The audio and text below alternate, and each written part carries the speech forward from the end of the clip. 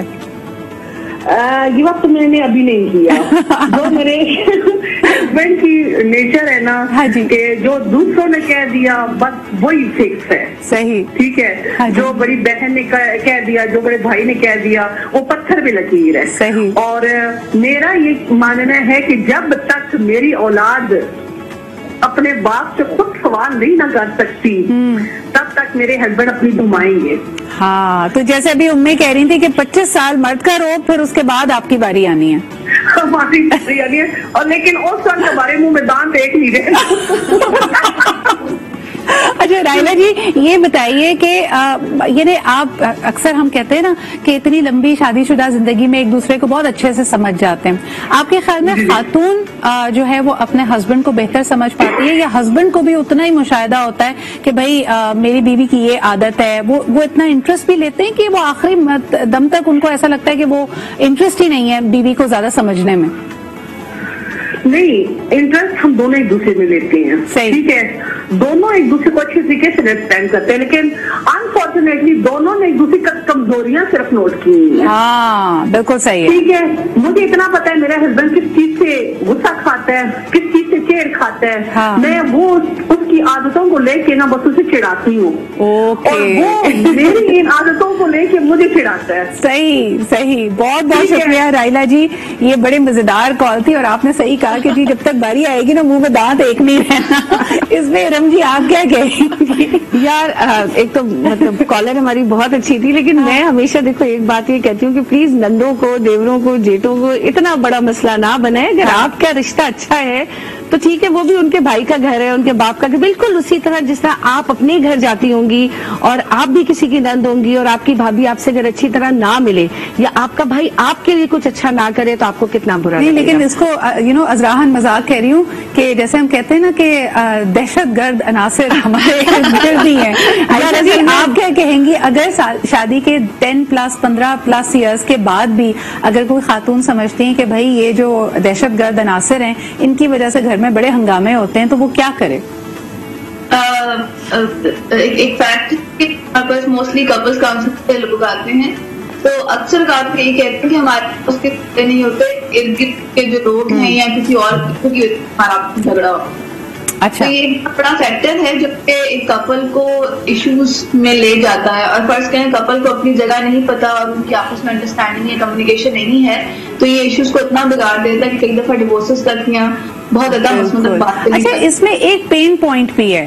Pain point یہ ہے امّے کہ اکثر خواتین کہتی ہیں کہ زندگی کا اتنا بڑا عرصہ ساتھ گزارنے کے باوجود بھی ہمیں ایسا لگتا ہے کہ ہمارے ہسبینڈز نے ہمیں پہچانا ہی نہیں ہے, ہم پہ وہ اعتماد ہی نہیں کرتے, ہماری شخصیت کو پہچان ہی نہیں پائے ہیں. اگر آج بھی نند یا ساس آ کے کوئی بات ہماری برائی میں کہہ دے یا ہماری شکایت لگائے تو میرے ہسبینڈ کو کم از کم یہ تو پتا ہونا چاہیے کہ میں کیا کر سکتی ہوں, کیا نہیں کر سکتی. یعنی اعتماد ہونا کہ بھائی نہیں, میری بیوی کو میں اچھے سے جانتا ہوں, وہ ایسی بات کر ہی نہیں سکتی. یہ جو تکلیف ہے خواتین کی, اس پہ آپ کیا کہیں گی؟ دیکھیں وہی بات ہے کہ پہلے جو ہے دونوں کو ایک دوسرے پہ ٹرسٹ ہونا چاہیے. ہو سکتا ہے ہسبینڈ جو ہے وہ اس وقت اپنی ماں اور بہن کی بات رکھ رہا ہو کہ ان کو یہ نہ لگے کہ جی جسے کہتے ہیں جورو کا غلام ہو گیا, کہ بیوی کی سنتا ہے, بیوی کی مانتا ہے, بیوی کی کرتا ہے. تو وہ وقتی طور پہ یہ کیفیت ہو سکتی ہے. اس کو اس طرح سمجھا جا سکتا ہے کہ جی اگر انہوں نے ماں کی کسی شکایت پہ یا بہن کی کسی شکایت پہ اس وقت تک اس کو نظر انداز کر دیا, لیکن اس کو کمرے میں جا کے اس بات کو سارٹ کیا جا سکتا ہے.